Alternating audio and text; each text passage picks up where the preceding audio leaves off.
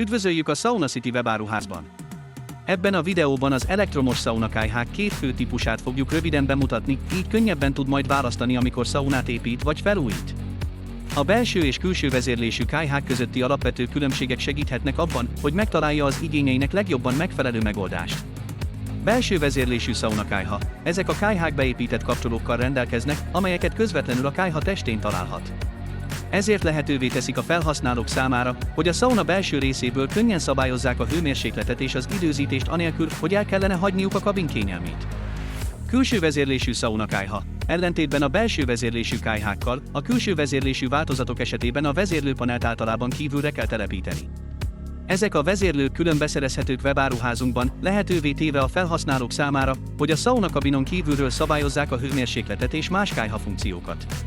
Ez kényelmes lehetőséget kínál, különösen akkor, ha gyakran változtatni szeretnél a beállításokon, anélkül, hogy belépnél a szaunába. Mindkét típusnak megvannak a maga előnyei és alkalmazási területei.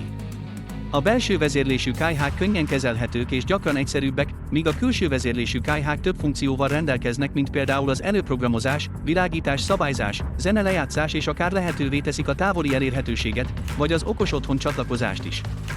A Sauna City webáruházban széles választékban találhatók mindkét típusú szaunakályhák, valamint a külső vezérlésű kályhákhoz szükséges vezérlőpanel is. Nálunk minden megtalálható, amire szüksége lehet a szaunája teljes körű felszereléséhez és karbantartásához, hogy a szaunázás élménye mindig tökéletes legyen.